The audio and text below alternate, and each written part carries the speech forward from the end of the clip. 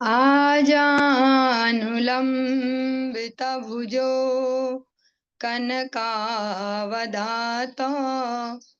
संकीर्तनैकपितरा कमलायताक्ष विश्वम्भरो द्विजवरो युगधर्मपालो वन्दे जगत्प्रियकरौ करुणावतारो। हे कृष्ण करुणा सिंधो दीनबंधो जगत्पते गोपेश गोपिका कांत राधा कांत नमोस्तुते। तप्त कांचन गौरांगी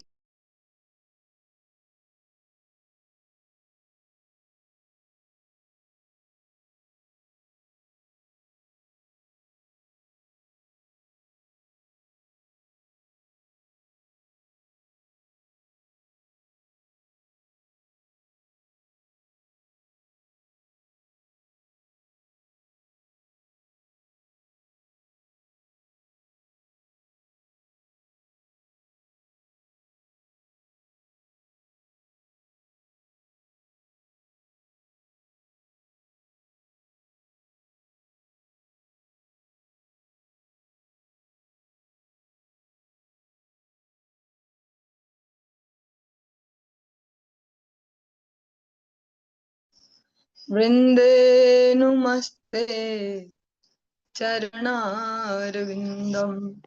जय श्री कृष्ण चैतन्य प्रभु नित्यानंद श्री अद्वैत गदाधर श्रीवासादि गौर भक्त वृंद। हरे कृष्णा कृष्ण कृष्ण हरे हरे, हरे राम राम राम हरे हरे। सर्वप्रथम भगवान के अभिन्न प्रकाश विग्रह श्री गुरु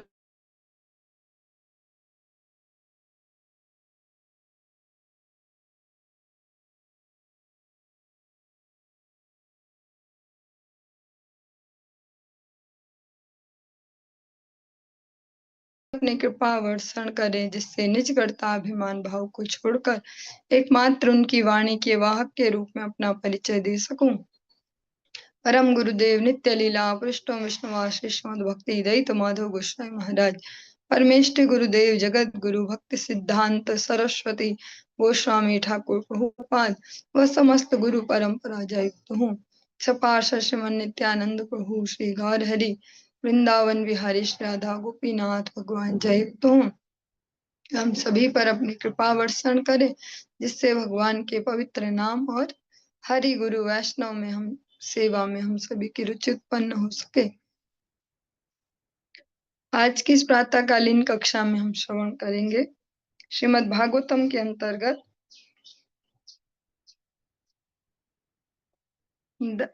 दसम स्कंद और 50वां 50 नंबर चैप्टर और 16 नंबर श्लोक से आज हम प्रारंभ करने जा रहे हैं। ओम नमो भगवते वासुदेवाय। ओम नमो भगवते वासुदेवाय। ओम नमो भगवते वासुदेवाय।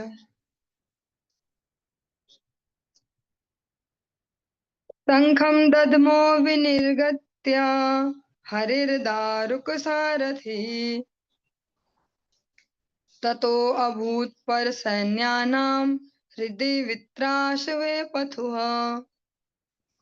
जब भगवान श्री कृष्ण दारुक, जो उनके सारथी हैं, दारुक द्वारा हाके जा रहे अपने रथ पर चढ़कर नगरी से बाहर आ गए, तो उन्होंने अपना शंख बजाया। इससे शत्रु सैनिकों के हृदय भय से कांपने लगे। भगवान श्री कृष्ण का जो पांचजन्य शंख है, भगवान ने उसको उसकी ध्वनि की, जिससे जो शत्रु पक्ष के सैनिक हैं उनके हृदय में तीव्र भय की परिस्थिति उत्पन्न हुई। तावाहमागधो वीक्ष्या हे कृष्ण पुरुषाधम न त्वया योद्धुमिच्छामि बालेन नैकेन लज्जया गुप्तेन हि त्वया मंद न योत्सेया हि बंधुहन्। जरासंध ने दोनों सेनाओं की ओर देखा और कहा, अरे पुरुषों में अधम कृष्ण। जरासंध कहता है, अरे पुरुषों में अधम कृष्ण, मैं तुझसे अकेले नहीं लड़ना चाहता, क्योंकि एक बालक से युद्ध करना लज्जा की बात होगी। अरे अपने आप को गुप्त रखने वाले मूढ़, अपने संबंधियों की हत्या करने वाले, तू भाग जा, मैं तुझसे युद्ध नहीं करूंगा। इस प्रकार से जरासंध भगवान श्री कृष्ण को कहते हैं कि तुम मनुष्यों में अधम हो, मैं तुमसे नहीं लड़ूंगा, क्योंकि तुम अवस्था में तो एक बालक ही हो और मुझे आपने इस प्रकार से अपमान थोड़ी ना कराना। जगत में एक बालक से मैंने युद्ध किया और तुम इतने मूढ़ हो कि तुमने अपने ही संबंधियों की हत्या की। इसमें स्पष्ट कंस का ही उल्लेख है। जरासंध कंस के पक्ष में इस बात को कह रहे हैं, क्योंकि वो संबंध में भगवान की माँ का संबंध है उनसे। अब तू भाग जा, मैं तुझसे युद्ध नहीं करूंगा। तव राम यदि श्रद्धा युध्यस्वाधैर्यमुद्वह हित्वा वामच्छरश्छिन्नम देहम स्वर्याहि माम जहि। रे बलराम, तू धैर्य संजो करके मुझसे लड़। यदि तू सोचता है कि तू ऐसा कर सकता है, या तो तू मेरे बाणों के द्वारा खंड खंड होने से अपना शरीर त्याग और इस तरह स्वर्ग प्राप्त कर, या उसके पश्चात तू मुझे जान से मार। जरासंध फिर बलराम जी को ललकारता है कि तू मुझसे लड़, या तो तू मर के स्वर्ग गति को प्राप्त होगा, या फिर मुझे मार के दिखा। श्री भगवानुवाच न वै सूरा विकथन्ते दर्शयन्तेव पौरुषं न गृहीणीमो वचो राजन् नातुरस्य मुमूर्षतः। श्री भगवान ने कहा, वास्तविक वीर केवल अकड़ नहीं दिखाते, अपितु अपने कार्य के द्वारा पराक्रम का प्रदर्शन करते हैं। जो चिंता से भरा हो और मरना चाहता हो, उसके शब्द को हम गंभीरता से नहीं ले सकते।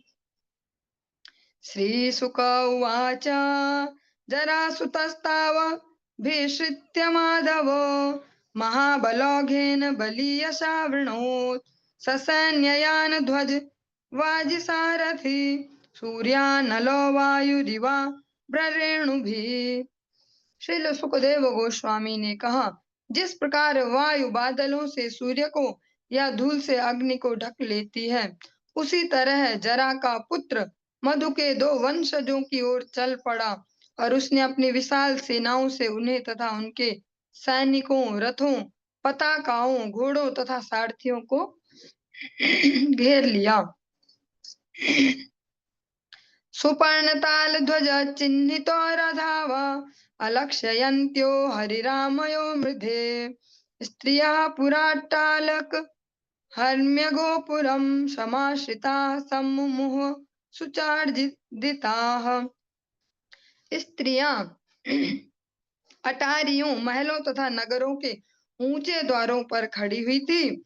जब उन्हें भगवान श्री कृष्ण तथा बलराम के रथ नहीं दिखाई पड़े, जिनकी पहचान गरुड़ तथा ताल वृक्षों के चिन्हों से चिन्हित पताकाओं से होती थी, तो वे शोकाकुल होकर मूर्छित हो गई, किसी अनिष्ट की आशंका से।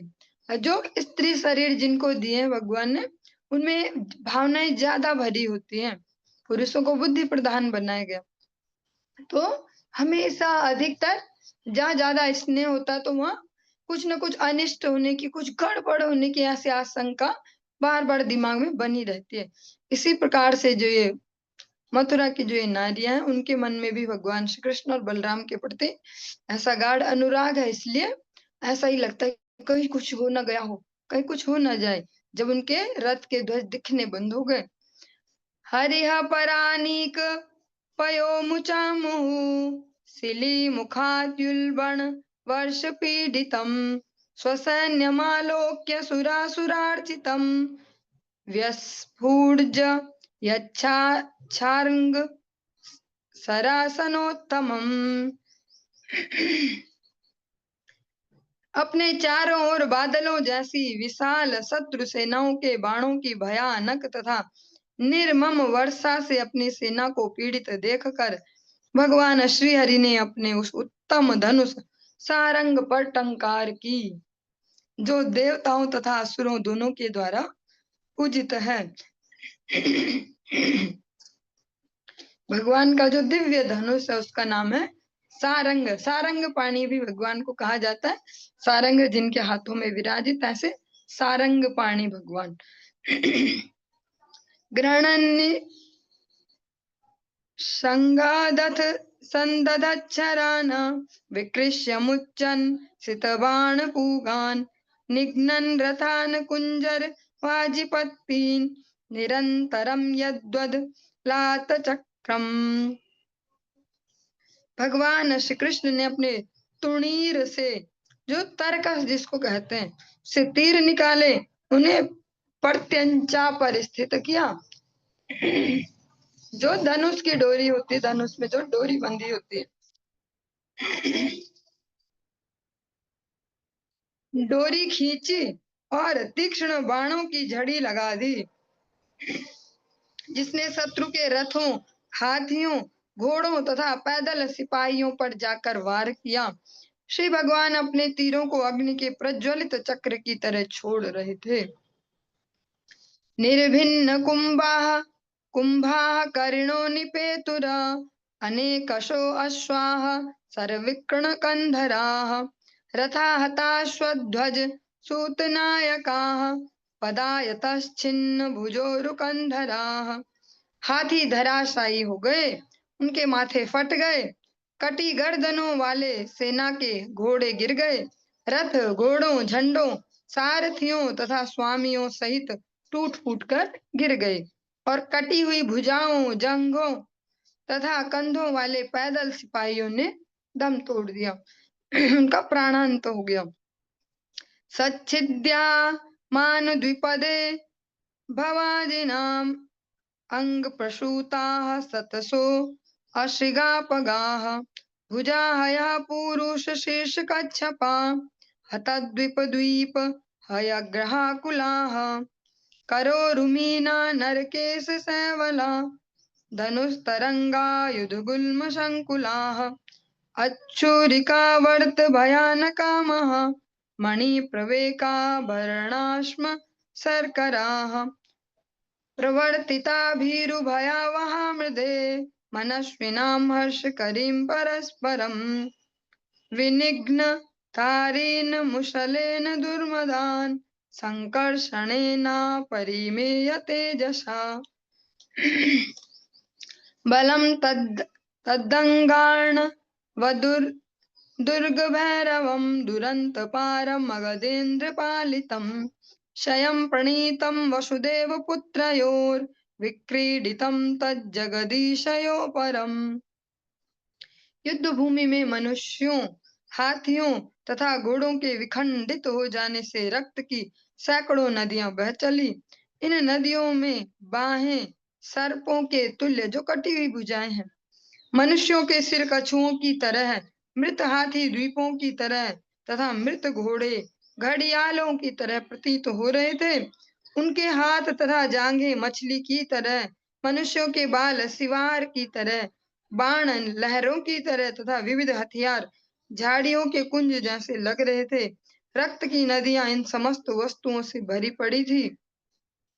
रथ के पहिए भयावनी भंवरों जैसे और बहुमूल्य मोती तथा आभूषण तेजी से बहती लाल रंग की नदियों में पत्थरों तथा रेत की तरह लग रहे थे, जो कायरों में भय और बुद्धिमानों में हर्ष उत्पन्न करने वाले थे।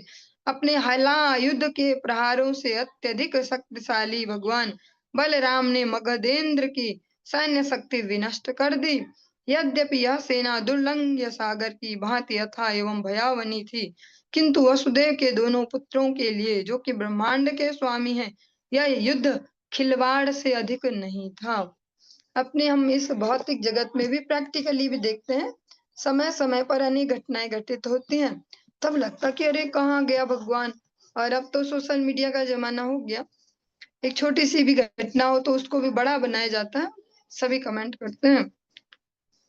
जब तक संचार के इतने सारे साधन नहीं थे, बहुत कुछ तब भी होता था, पर हर जगह पता नहीं चलता था, सारे लोग विक्षुब्ध नहीं होते थे, जहां वो घटना होगी वहीं। लेकिन अब संचार के माध्यम बढ़ गए हैं, तो फिर एक ही न्यूज पूरे विश्व भर में एक साथ फैल जाती है, फिर अलग अलग नाना प्रकार के रिएक्शन, जो इस जगत में अनेक अनेक घटनाएं होती है, और हम कहते भगवान कहाँ है। कल भी श्रीमद् भागवतम द्वितीय दिवस में श्री गुरुदेव के मुखार बिंद से हम श्रवण कर रहे थे कि भगवान ने सबका ठेका नहीं लिया, शरणागतों का लिया। भगवत गीता सिखाती है शरणागति, मामेव ये प्रपद्यन्ते। जो हम सुन रहे हैं, इतना बड़ा युद्ध हुआ, इतनी नदियां बही खून की, तो सुनने में लगेगा अरे भगवान ऐसा कैसे करवाते। ऐसा ही महाभारत के युद्ध में भी हुआ, यहाँ पर भी। लेकिन जो इसमें मारे गए हैं, उनकी जो चॉइस है, उससे ही उनकी ऐसी गति है कि वे किस टीम में है, उनके जो कर्म फल है उसके हिसाब से वो किस पक्ष की ओर है, उससे ही उनकी गति डिफाइन हुई। स्थित्यो भवान्तं भुव न त्रयश्चयः समीहिते अनंत गुणः स्वलीलया न तस्य चित्रं परपक्ष निग्रहश तथापि मर्त्यानुविधस्य वर्ण्यते।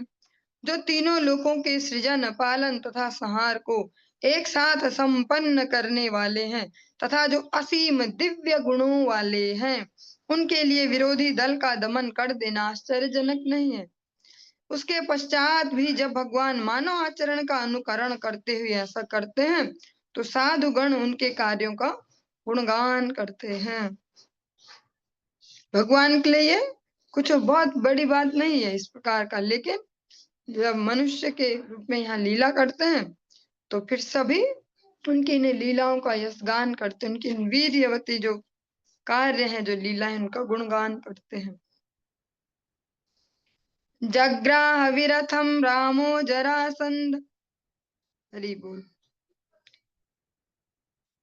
जग्राह विरथम रामो जरासंधम महाबलम हतानीका वसिष्ठाश्रुन सिंहा सिंहमिवाजसा।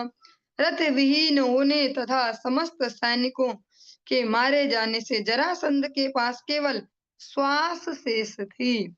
उस समय भगवान बलराम ने उस बलशाली योद्धा को उसी तरह पकड़ लिया जिस तरह एक सिंह दूसरे सिंह को पकड़ लेता है, क्योंकि जरासंध भी कोई सामान्य व्यक्ति नहीं है, वो बहुत ज्यादा बलशाली है। इसीलिए कहा गया एक सिंह दूसरे सिंह को पकड़ लेता है। भगवान ने जरासंध के अतिरिक्त सबका ही प्राणांत किया, केवल जरासंध को छोड़ दिया। बध्यमानम हतारातिम पाशैर वारुणमानुषैः वारयामास गोविंदस् तेन कार्य चिकीर्षया। अनेक शत्रुओं का वध करने वाले बलराम जरासंध को वरुण के दैवी पास से तथा अन्य लौकिक रस्सियों से बांधने लगे, किंतु भगवान गोविंद को अभी जरासंध के माध्यम से कुछ कार्य करवाना शेष था, अतः उन्होंने बलराम जी से रुक जाने के लिए कहा।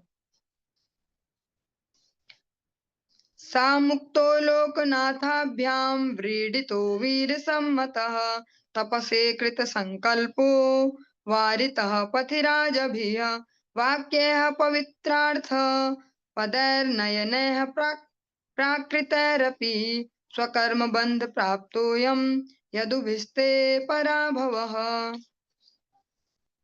जरासंध जिसको योद्धा अत्यधिक सम्मान देते थे, जब ब्रह्मांड के दोनों स्वामियों ने, दोनों स्वामी में जो भगवान कृष्ण बलराम हैं, ने उसे छोड़ दिया, तो वह अत्यंत लज्जित हुआ, क्योंकि जो वीर होगा उसको छोड़ा जाना अपमानजनक है, उसके लिए मृत्यु से भी भयंकर है। मारा जाए तो उसको सुख है कि भैया मैं युद्ध में मारा गया, मुझे वीर गति प्राप्त हुई है, लेकिन अगर इस प्रकार से अपमान पूर्वक ऐसे छोड़ दिया जाए तो उसके लिए मृत्यु से भी अधिक भयावह है। और उसने तपस्या करने का निश्चय किया, किंतु मार्ग में कई राजाओं ने आध्यात्मिक ज्ञान तथा संसारी तर्कों के द्वारा उसे आश्वस्त किया कि उसे आत्मोत्सर्ग का विचार त्याग देना चाहिए। उन्होंने उससे कहा, यदुओं द्वारा आपको हराया जाना आपके गत कर्मों का अपरिहार्य फल है। जो उसके सो कॉल्ड शुभ चिंतक हैं, जो मार्गदर्शक हैं, जिनसे वो सलाह लेता है, परामर्शदाता, वो उसको सही रास्ते नहीं जाने देते। कहते हैं अरे थोड़ा सा हो सकता है आपका कोई कर्म फल ऐसा रहा होगा तब हो गया। उनमें इतनी जान नहीं है कि वो आपको हरा पाए। हतेषु सर्वानीकेषु नृपो बार्हद्रथ तदा उपेक्षितो भगवता मगधान दुर्मनायय। अपनी समस्त सेना मारी जाने तथा स्वयं भी श्री भगवान द्वारा उपेक्षित होने से बृहद्रथ पुत्र राजा जरासंध उदास मन से अपने राज्य मगध को लौट गया। मुकुंदो अप्यशत बलो निस्तीर्णारिव बलार्णवः विकीर्यमाणः कुसुमैस्त्रिदशैरनुमोदितः माथुरैरूपसंगम्य विज्वरैर्मुदितात्मभिः उपगीयमान विजयसूत मागधवन्दिभिः। भगवान मुकुंद ने अपने स्वयं के सैन्य बल को पूर्णतया सुरक्षित रखते हुए अपने शत्रु की सेनाओं के समुद्र को पार कर लिया था। स्वर्ग के निवासियों ने उन पर फूलों की वर्षा करते हुए उन्हें बधाई दी, शुभकामनाएं दी। मथुरा के निवासी अपनी ज्वलंत चिंता से मुक्त हो गए। जो अभी तात्कालिक जो परिस्थिति थी भयावह चिंताग्रस्त होने वाली, उससे मुक्त हो गए और हर्ष से पूरित होकर उनसे मिलने के लिए बाहर निकल आए। और सूतों, मागधों तथा बंदी जनों ने उनकी विजय की प्रशंसा में गीत गाए। शंख दुन्दुभयोर्नेदुर भेरी तुर्याण्यनेकशः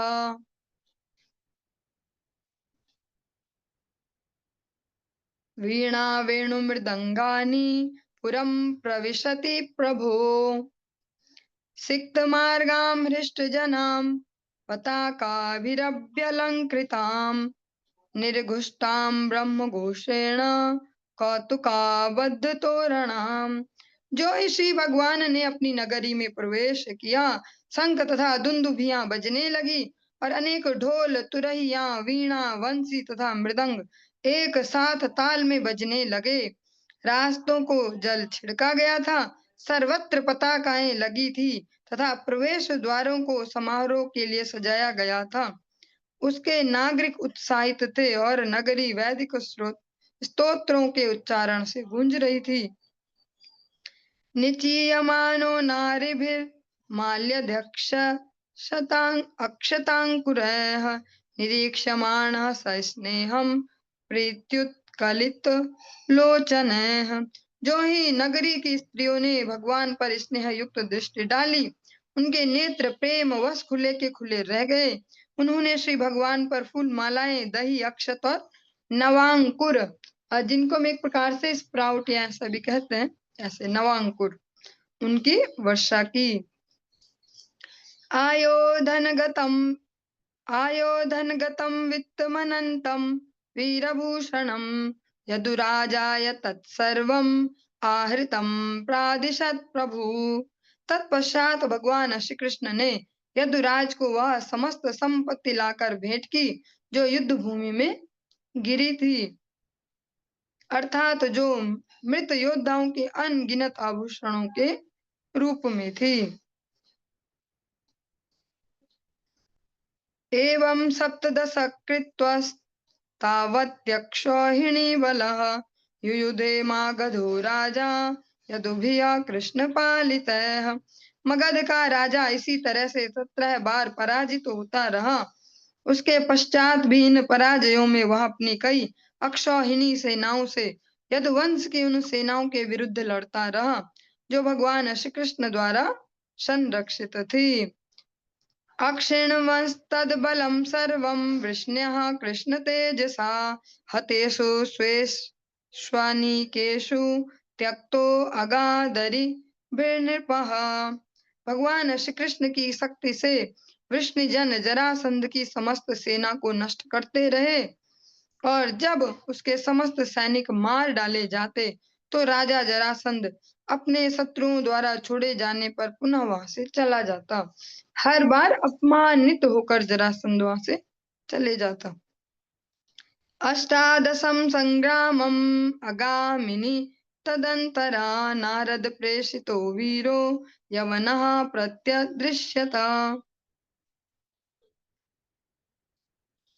जब 18वां युद्ध होने ही वाला था तो काल यवन नामक एक बर्बर योद्धा, जिसे श्री नारद मुनि ने भेजा था, युद्ध क्षेत्र में आया। भगवान ने 17 बार, 1 2 3 4 5 10 बार नहीं, हम जब कोई भी बात को कुछ करें तो लगता है भाई 1 2 3 4 बार तक एक्साइटमेंट, पर इससे आगे कैसे जाएं। पर भगवान ने लगातार 17 बार जरासंध को छोड़ा। एक बार अगर सो कॉल्ड कहीं भी कि नहीं था उनके बस का मानना, तो दूसरी बार, तीसरी बार, 17 बार उस अकेले योद्धा को जीवित छोड़ा। उसके अलावा सारी सेना को मारा, उसको छोड़ा ताकि औरों को संगठित करके लाए, क्योंकि इसमें संगठन की शक्ति है।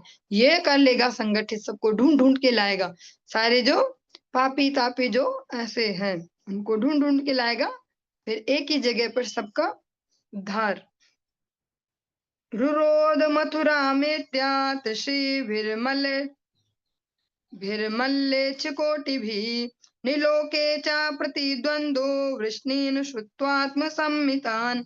मथुरा कर इस यवन ने 3 करोड़ बर जो मल्लेच्छ सैनिक थे उनके सहित इस नगरी में घेरा डाल दिया, 3 करोड़ सैनिकों सहित।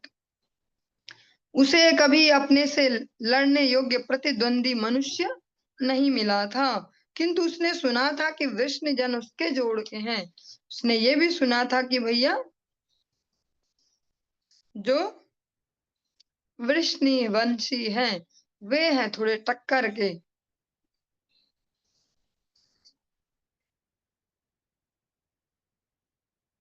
तम दृष्ट्वा चिन्तयत् कृष्णः संकर्षण सहायवान अहो यदूनां वृजीनम प्राप्तम यो भयतो महत्। जब भगवान श्री कृष्ण तथा भगवान संकर्षण ने काल यवन को देखा तो भगवान श्री कृष्ण ने स्थिति पर विचार किया और कहा, ओह अब तो यदुओं पर 2 ओर से संकट आ पड़ा है। एक ओर से जरासंध लगा है और नारद जी ने इधर से काल यवन को भी भेज दिया। यवनोयम निरुंधे अस्मान नद्या तवान महाबलः मागधो अप्यद्य वाश्वो वा परश्वो वागमिष्यति। हमें यह यवन पहले से घेरे हुए हैं और शीघ्र ही, यदि आज नहीं तो कल या परसों तक मगध का बलशाली राजा यहाँ आ पहुंचेगा। 18वीं बार अभी आया नहीं था जरासंध, पर भगवान को अपेक्षा थी कि फिर से आएगा। तब तक इधर से मथुरा के ऊपर आक्रमण किया काल यवन ने। आवयोः युध्यतोरस्य यद्यागन्ता जरासुतः बन्धून् हनिष्यत् यथ वा नेष्यते स्वपुरं बलि। यदि हमारे दोनों के काल यवन से युद्ध करने में संलग्न रहते समय बलशाली जरासंध आता है तो वह या तो हमारे संबंधियों को, हमें नहीं हमारे संबंधियों को पकड़कर मार सकता है, या इसके पश्चात उन्हें पकड़कर अपनी राजधानी ले जा सकता है। भगवान विचार करते कि मैं और बलराम जी तो अगर यहाँ व्यस्त रहेंगे काल यवन के साथ और इधर से आ जाए जरासंध, तो फिर कैसे परिस्थिति को हैंडल किया जाए। तस्मादद्य विधास्यामो दुर्गम द्विपद दुर्गमम तत्र ज्ञातीन समाधाय यवनम घातयामहे। अतः हम तुरंत ऐसा किला बनाएंगे जिसमें कोई भी मानवी सेना प्रवेश न कर पाए, अपने पारिवारिक जनों को उसमें बसा देने के पश्चात हम मल्लेच्छराज जो काल यवन है उनका वध करेंगे। इति सम्मन्त्र्य भगवान् दुर्गम 12 योजनम् अन्तः समुद्रे नगरम कृष्णाद्भुत मचीकरत्। इस तरह बलराम से सलाह करने के पश्चात बलराम जी से भगवान ने विचार विमर्श किया और पूर्ण पुरुषोत्तम भगवान ने समुद्र के अंदर 12 योजन परिधि वाला एक किला बनवाया। इस किले के अंदर उन्होंने एक ऐसा नगर बनाया जिसमें एक से बढ़कर एक अद्भुत वस्तुएं उपलब्ध थी, जिनको हम श्रीधाम द्वारिका के नाम से जानते हैं। भगवान की द्वारिका नगरी, जिसको भगवान ने अपने मथुरा वासियों को वहां शिफ्ट करने के लिए उसको निर्माण करवाया। दृश्यते यत्र हि त्वाष्ट्रम विज्ञान शिल्प नैपुणम रथ्या चत्वरवीथि भिर्यथा वास्तु विनिर्मितम सुरुद्रुम लतोद्यान विचित्रोप पवनान्वितम हेम श्रृंग दिविस्पृग्भिः स्फटिकाटाल गोपुरैः राजतारकुटः कोष्ठैर् हेमकुम्भैरलङ्कृतैः रत्नकूटैर्गृहैर्महामारकतस्थलैः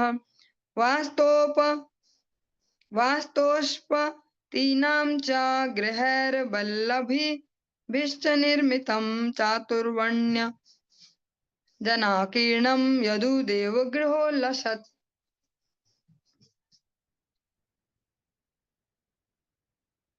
उस नगर के निर्माण में विश्वकर्मा ने पूर्ण विज्ञान तथा शिल्प कला को उस नगर के निर्माण में विश्वकर्मा के पूर्ण विज्ञान तथा शिल्प कला को देखा जा सकता था। उसमें चौड़े मार्ग, व्यावसायिक सड़कें तथा चौराहे थे जो विस्तृत भूखंड में बनाए गए थे।